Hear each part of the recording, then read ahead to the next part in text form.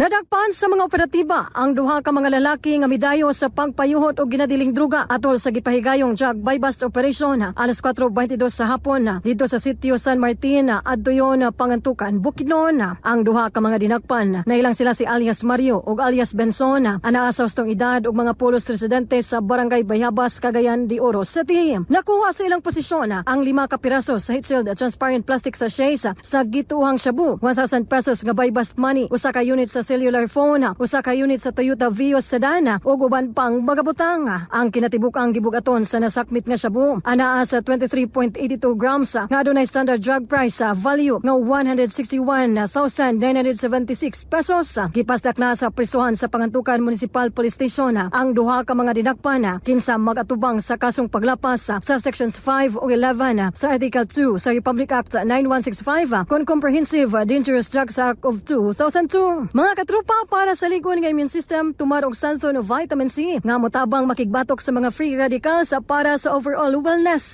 Alang sa nakahiusang Pilipino para sa Pilipinas, ako sa Nilo Tabios, XFM News.